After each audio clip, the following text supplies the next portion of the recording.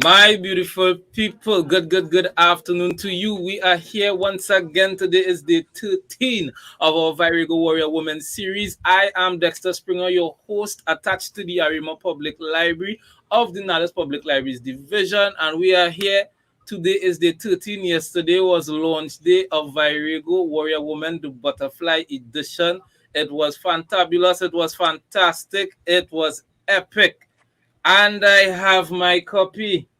I bought myself my copy of Virago, the Warrior Woman Butterfly Edition. All 15 women are in here. Hi, Sarah. Good to have you. Sarah, my good friend Sarah. Listen to me. I cherish all these ladies so much.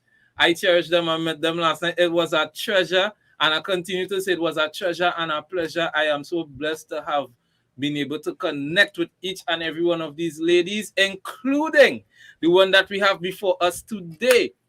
All right, so we're going to get into that in a few seconds. Just want to tell you again, this month is our author of the month. We are featuring our author, Mrs. Michelle Borrell, and she is the creator and editor of the book that is now in my hand. It's no longer a picture. I'm no longer just speaking about it. I am holding the masterpiece in front of your eyes. All right, so she's the creator and editor of this book, and we have 15 authors that we are featuring within this week, the Virago Warrior Woman series. And so the book will become available 100% for sale from the 25th of November. If you were there last night and you were able to get your copy, and let me show you my signatures, people. Only Anya wasn't able to sign, but we'll work on that. All right, I have my signatures. Okay, so that's happened if you were there last night at the launch. If not, well, you're going to have to purchase it and probably hunt one of them down to get your book signed. All right, so you could find out more about this, of course, at Virago_Global on Instagram and Facebook in terms of what the book is about. These 15 women that speak about their life experiences and how they were able to triumph through each of them. So you don't want to miss. Get your book. Get this book. $200 TT, $200 TT, and you could also purchase it on Amazon for the nice price of $30 US. Okay, so let me not waste any more time. We literally have a beauty queen in our presence today. Right? So our Virago today is a fashion designer, an entrepreneur, an activist, and in 2008 she competed at the Miss Universe pageant in Vietnam for her native Trinidad and Tobago. In 2009, she launched her first collection, Pilar, named after her younger brother. Good. Several years later, Anya inspired millions when she won season 9 of Project Runway. She then launched her eponymous womenswear line geared toward the resort wear market. Anya's passion has been to utilize living and working in her island home. By producing in TNT, she can work directly with highly skilled practitioners who have been trained by her mentor and fellow Trinidadian designer, Meiling. She channeled her love for Carnival into designing for the largest band in the Caribbean, Tribe, and was co-creative director of the Lost Tribe in its inaugural year. She simultaneously developed the brand cANYAVal. I said that correct, right? cANYAVal, Yes. an e-commerce site that sold Monday wear and produced Carnival costumes for LA, Toronto, Barbados, and Jamaica. This experience segued into her newest venture, Wyldflower. In recent years, Anya has opened and manages the co-working space Home as well as Home Cafe, Exhibit A Boutique, right, and is co-founder and director of the Together West Indies Foundation. Having created several businesses and brands over the last 10 years, Anya is now focused on applying her many learnings to her upcoming ventures with an emphasis on finding innovative approaches to merging creativity, social consciousness, and technology. Ladies and gentlemen, fellow Viragos, I present to you none other than the beauty queen herself, fashion designer, entrepreneur, awesome person, Miss Anya Ayoung-Chee. A good afternoon to you, Anya, and welcome to the Virago Warrior Women series. Good afternoon, Dexter. Thank you so much for having me. I didn't know you were going to read that whole bio as a Yeah, mouthful. I the would have people given you have a to, we're giving them a preview into what we're going to hear from you this afternoon. All right. So I mean, Anya, let's start with this. Would you say that you are actually living out the dream? You are living out your dream, whether it be a childhood dream or your teenage girl dream. Would you say that you have been living out your dream based on your accomplishments over the past few years? Oh gosh, absolutely yes. In many ways, wanting to do anything in fashion was my dream. And I think at this stage, the dream has evolved and it has grown, as you read in my bio. It's become much more of a social entrepreneur and bridging the gap between fashion, which I love, but also social impact, which I've grown to feel very connected to in terms of finding my purpose. I have to say hi to Sarah and Nikki Crosby, who said hi earlier while you were talking. Yes, Um, okay. I didn't even realize um, Auntie Nikki was inside. Hi, Auntie Nikki. and Yes. Michelle, of course. Mhm. Um, so, so yes, absolutely. My dream of being in fashion has 100% come to life. And I think because it kind of came to my life, it came to life in such a big way with Project Runway. I've now spent the last, I don't know, 10 years or so refining that even further to find this intersection between fashion and social impact. As you mentioned, Project Runway, did you think that when you entered Project Runway, you were actually going to walk away with that crown? I mean, you enter, they say, okay, let's do this. This is my passion. I love design. Let's see how far. Most times when people going into things like this, they would say, let's see how far I will reach. But you reach very far. You won. So did you expect that you actually walking away with the victory in that competition? Oh my God, absolutely not. I didn't think I was going to make it past the audition. Like, I don't know if you remember Really? this, but I didn't know how to sew. So a lot of my Yes. trajectory was learning, on the go and figuring Mhm. out as I went along. And I was really in a very good headspace at the time because I had just completed this self-awareness program and I was in a space of immense gratitude. I was very connected to the source of things and so I was just sort of immensely grateful to be there every step of the way. It was very hard, but it was also extremely exhilarating because I just wasn't really that motivated to win. At the end, Ooh, okay. definitely very, very motivated to win because I was so close. When I was in the top Mhm. five or the top four, whatever, I almost got kicked off and then they brought me back and then I was like, okay, no, well, I can't just come all this way and just coast. But Wow. really, for the majority of it, I was just in a really, really incredible space of being just grateful for the opportunity. And I think that's a huge part of why I won, actually, because I wasn't totally obsessed with winning. I was more in a stage of gratitude for the opportunity and being present in every moment. What you would say was your most memorable moment in that whole process? You have Besides any winning, besides besides winning. throughout the process? So throughout the process, leading up to the win. 'Cause I mean, winning would have been the pinnacle, but throughout the process, is there one thing that stuck with you that probably changed your life?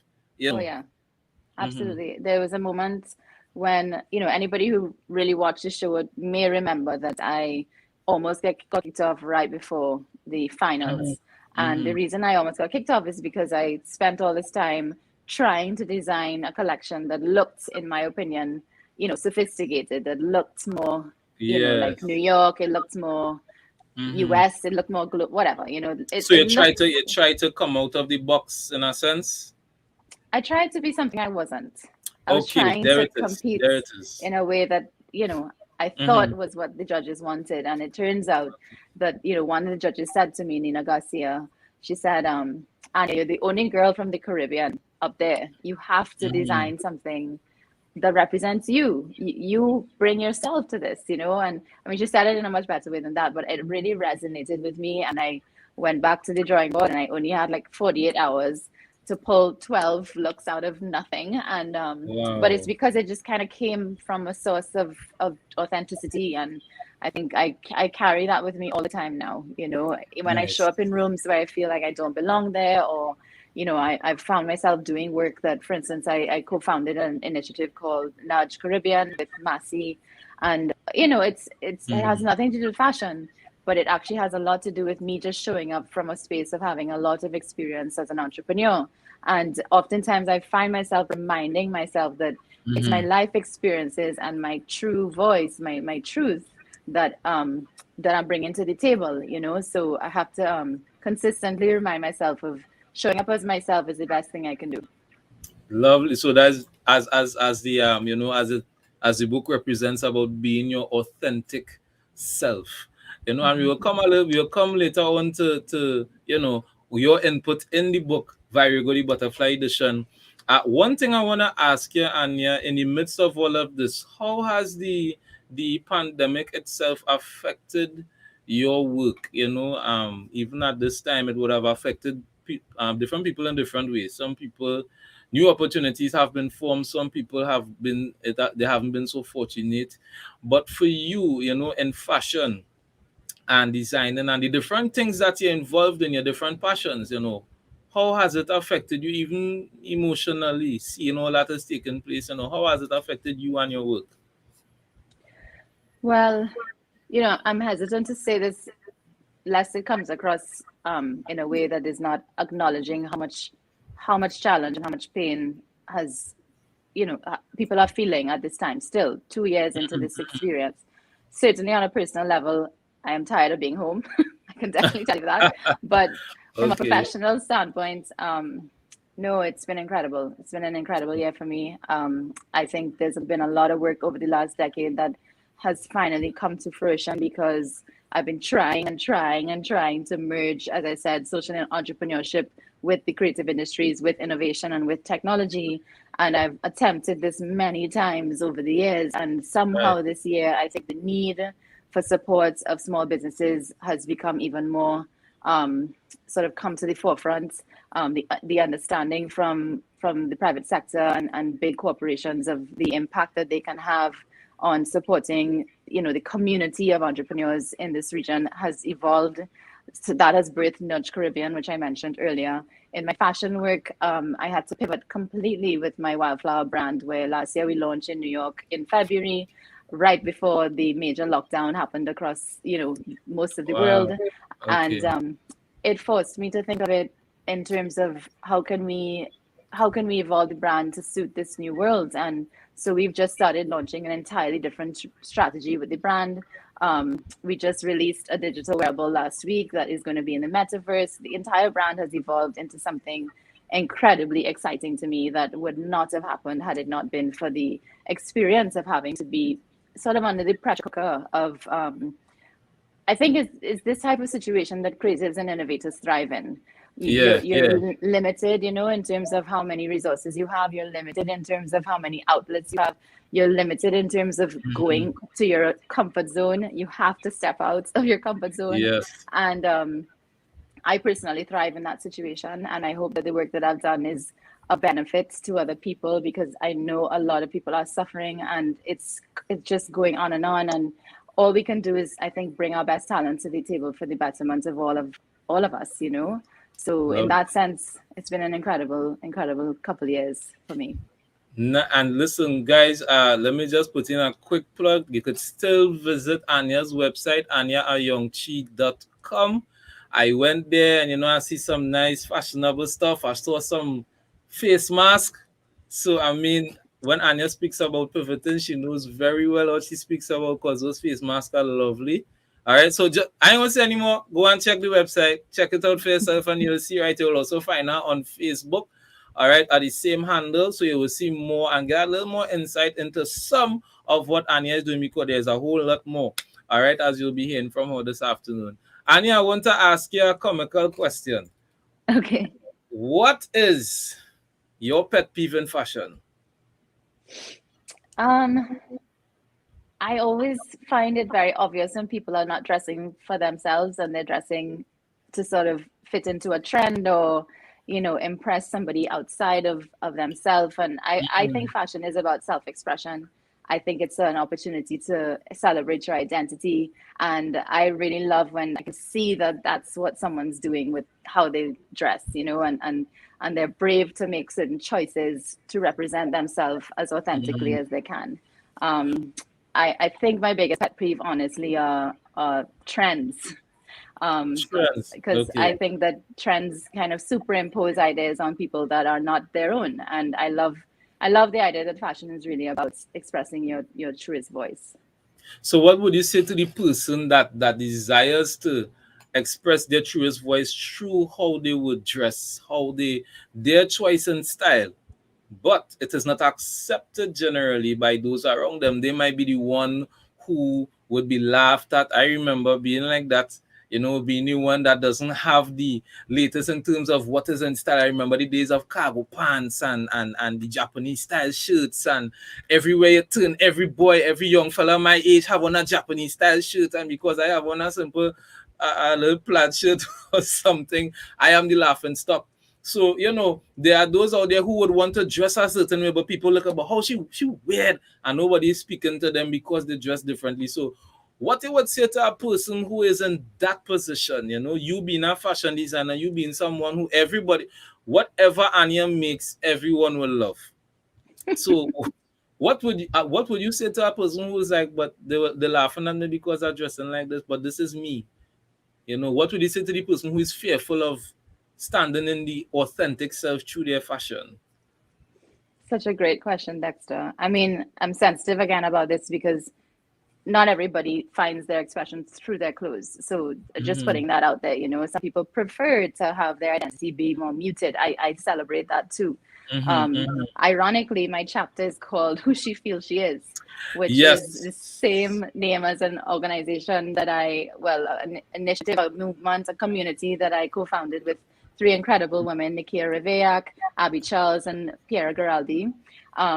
And this movement is really about exactly that, the ability to sort of stand in the face of criticism when you are showing up as your authentic self, to, let's just say, be in a corporate job and as a woman, maybe you're, taking licks from all sides because of your gender, Mm-hmm. or, Mm-hmm. all the things that represent our authenticity oftentimes do cause some backlash.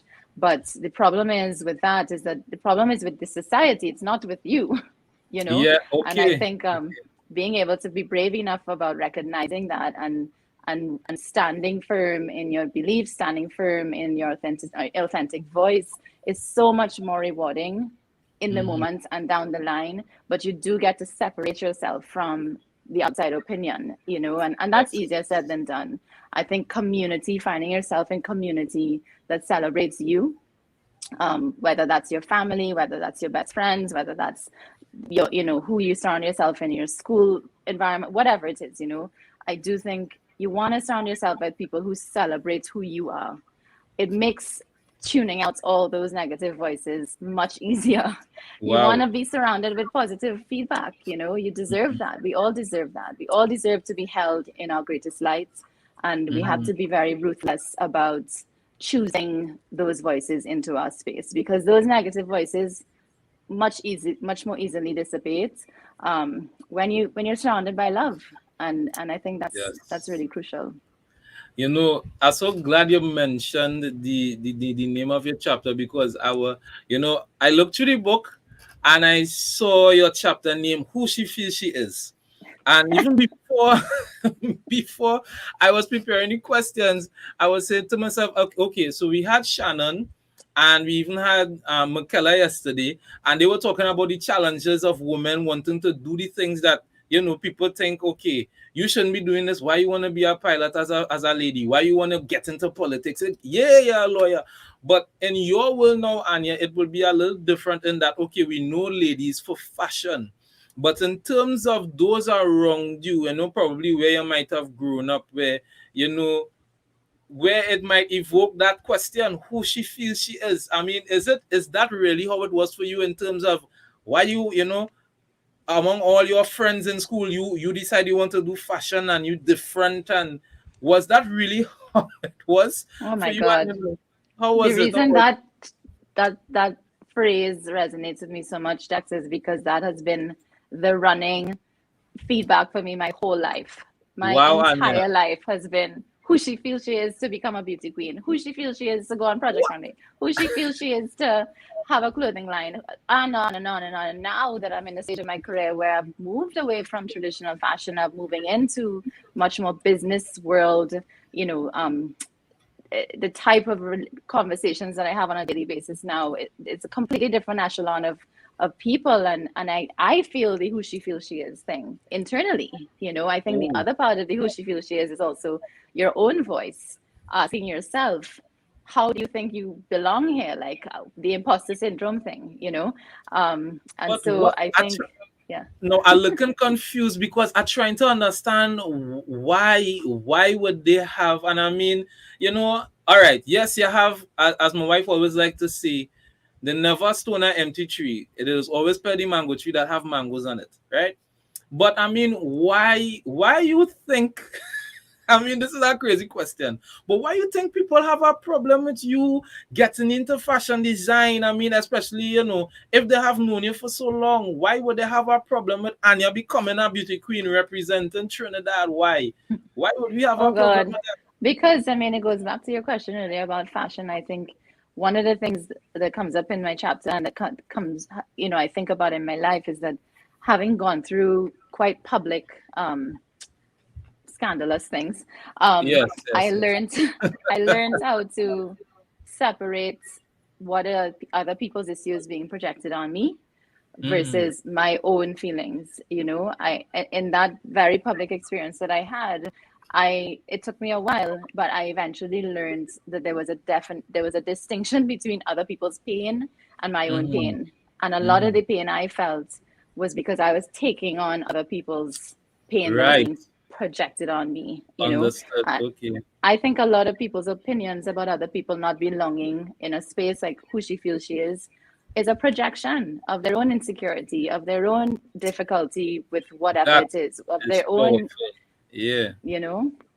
And Mm-hmm. I'm not saying that I don't have my own. I also have my own, but it's important to be able to know which is which, because I can own my own fears and I can own my own my accountability for my own pain, but I can't take on everybody else's pain. It's just too much, you know. And if I find joy in showing up as a beauty queen or showing up as a fashion designer, or showing up as an entrepreneur, whatever, like that's my joy, and I deserve that like everybody else does, you know. And we Wow. get to celebrate that, I think, for everybody else to hold Yeah, that and just space. yeah, and just find people just bullface. People just bullface. People just bullface. But anyhow, I am grateful, and many others are grateful that you know, and it was quite evident. I mean, as I asked AP, I asked I think was Penelope, what are they saying now? I mean, you have risen above that in more ways than one. You know, and we are grateful, and many others are grateful that you could stand up and say, "Listen, I have overcome. Here I am now." And I could actually tell people how to get through that. You know, when people look at me and say who she feels she is and what he feel he doing. You know, look, we have right now. I sure Sarah was in the room with you to hug you tight. She's saying that's exactly why the stories we tell ourselves matter. And you know, she's agreeing with what you said, Sarah, saying, and we need to be able to differentiate between what other people feel versus what we believe about ourselves or know to be true. People, Anya, you saying that and even Sarah endorsing it means so much to me because I had to learn that over and over and over again. So it's so good to hear that you had to practice that to the point where people probably going from who she feels she is to where I wish I was she boy. You know? So you know, That's Anya, what tends to happen. yeah. Plenty of them regret if only I did know, you know. So, but you know, tell us at this point in time, Anya, you wrote your chapter in Virago, who she feels she is. Is this your is what first thing was this your first time writing, you know, of this nature, you know? In this way, yes, definitely. And Michelle Okay, had to coax me I into, can she had to coax imagine. a lot of us.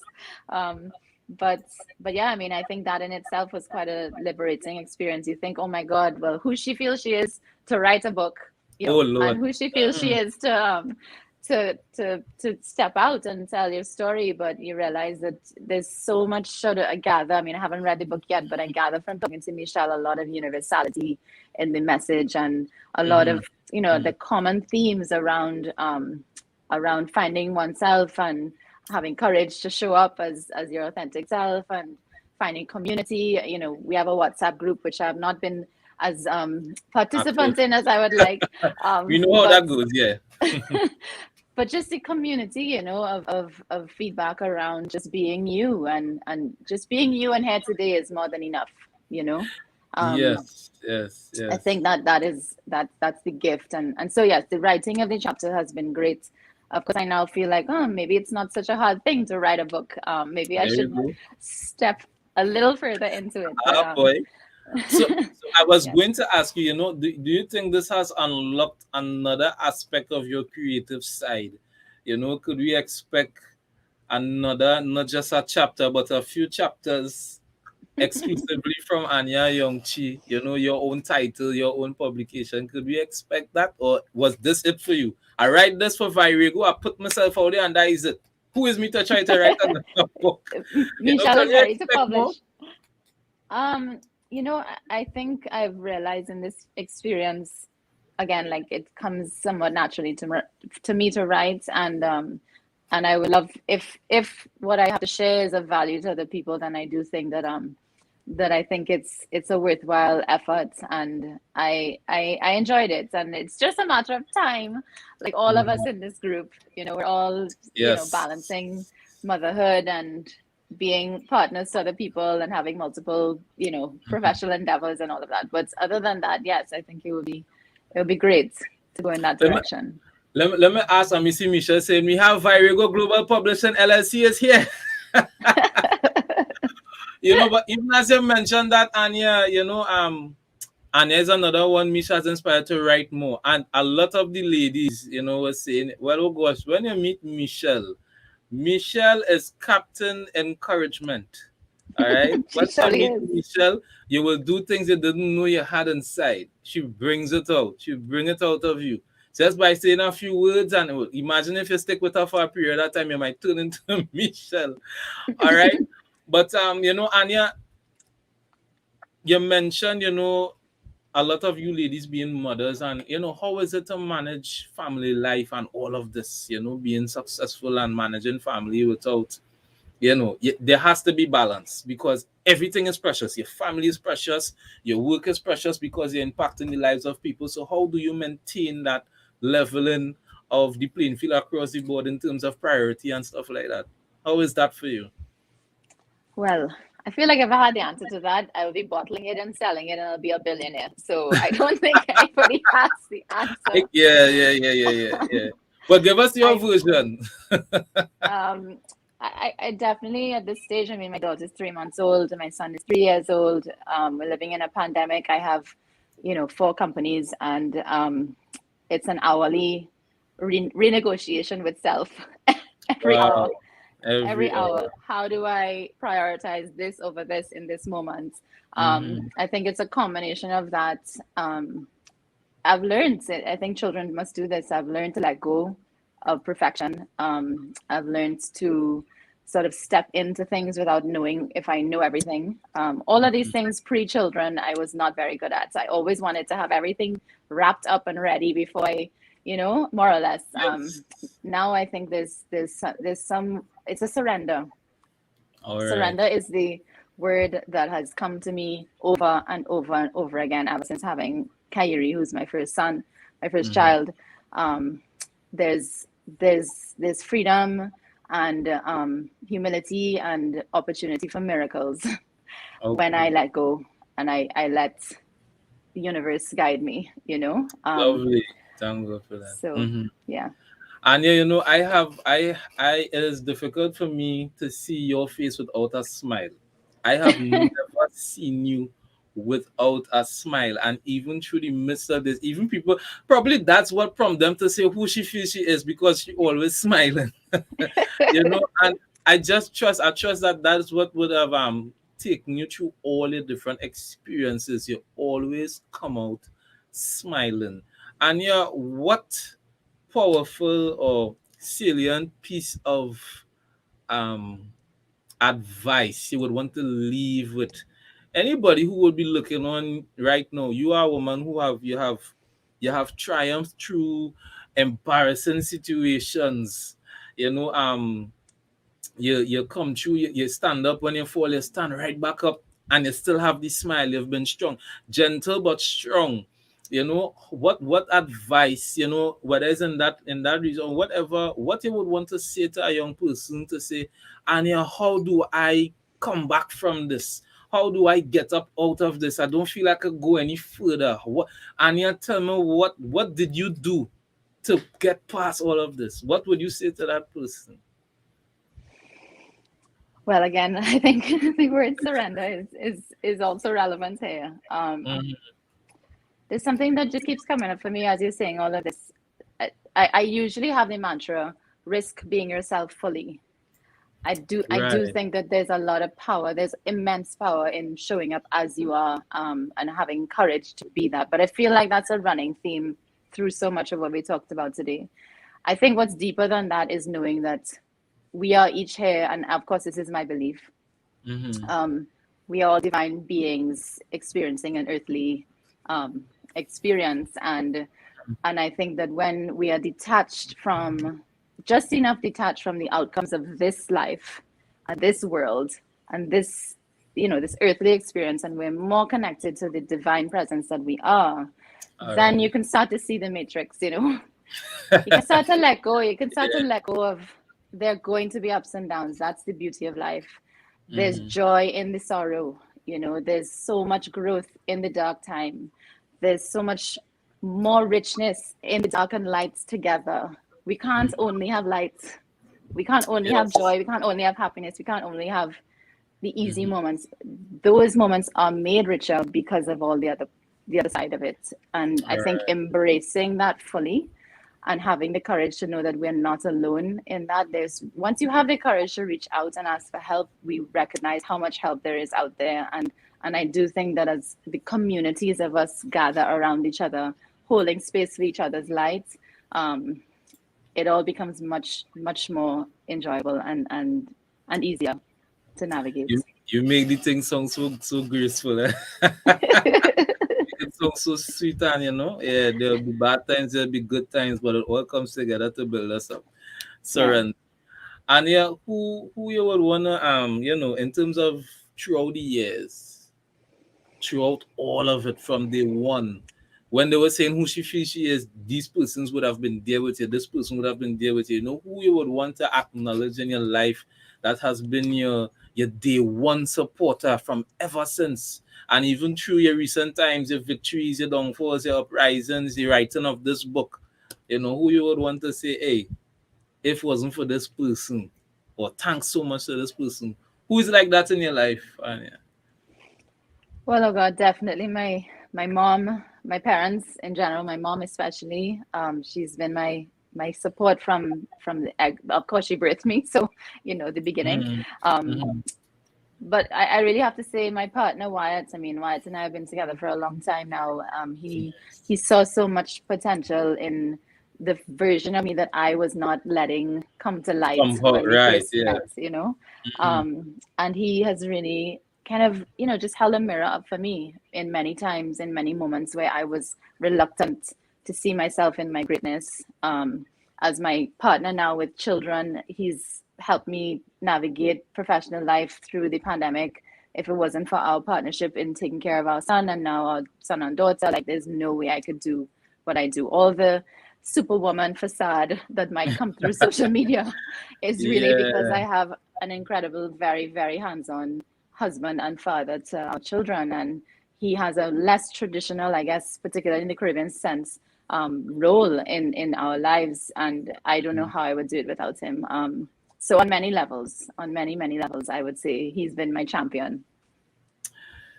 Ladies and gentlemen, what more can I say? There you have it. Anya Ayoung-Chee here with us today in our Virago Warrior Woman series. We ran from the 10th going on to the 25th. Today is day 13. And we have Anya. Anya, we want to thank you so very much for all that you have poured out today. So graceful, so sweet, always smiling, Smiling. right? We want to thank you so much for that, for being with us, for sharing this moment with us, for sharing. Get the book, people, if you want to find out who she feels she is. Get your copy. That's the front, and this is the back. All right, the cover was designed by Virago herself, Shannon Hutchinson. This is her artwork. All right, and I have it behind me as well. And if I do a little magic trick and hold up this rag, you could see what. Oh, All right, nice. that is cool. Yeah, so Virago Warrior Women series, people get the book. Anya, it has been a pleasure. I say this every day. It has been a pleasure and a treasure speaking with you. I get to see the smile in real life. I've seen it on the stage all the years back when they went up in Vietnam. I see it across Project Runway. Now I get to look at it right here on my own screen. Well, you can tell me anything, what you feel all is. Yes, people. So, Anya, we want to thank you so much. Nalis thanks you for being a part of this, this dedication, the author of the month alongside Michelle. We want to thank you. We are grateful, super grateful. All who are looking on. My friend Rachel Spring was here this afternoon. She says good afternoon. I know she is grateful. I want to say thank you for all of you in the comments. Anya. I can't say thanks.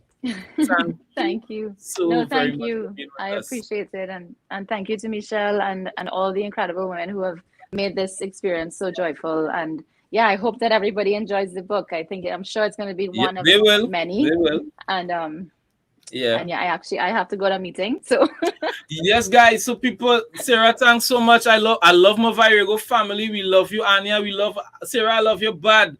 I love all your bad. Auntie Penny, I love all your bad people. On behalf of Nalis and the Virago Warrior Women series, thank you for joining us. See you again tomorrow, same time, same place. We're talking to our next Virago tomorrow. Please, God, have a good one. Keep your devices charged. Stay safe. Love you all. See you tomorrow. Please, God. Take care. Bye, Anya. Bye.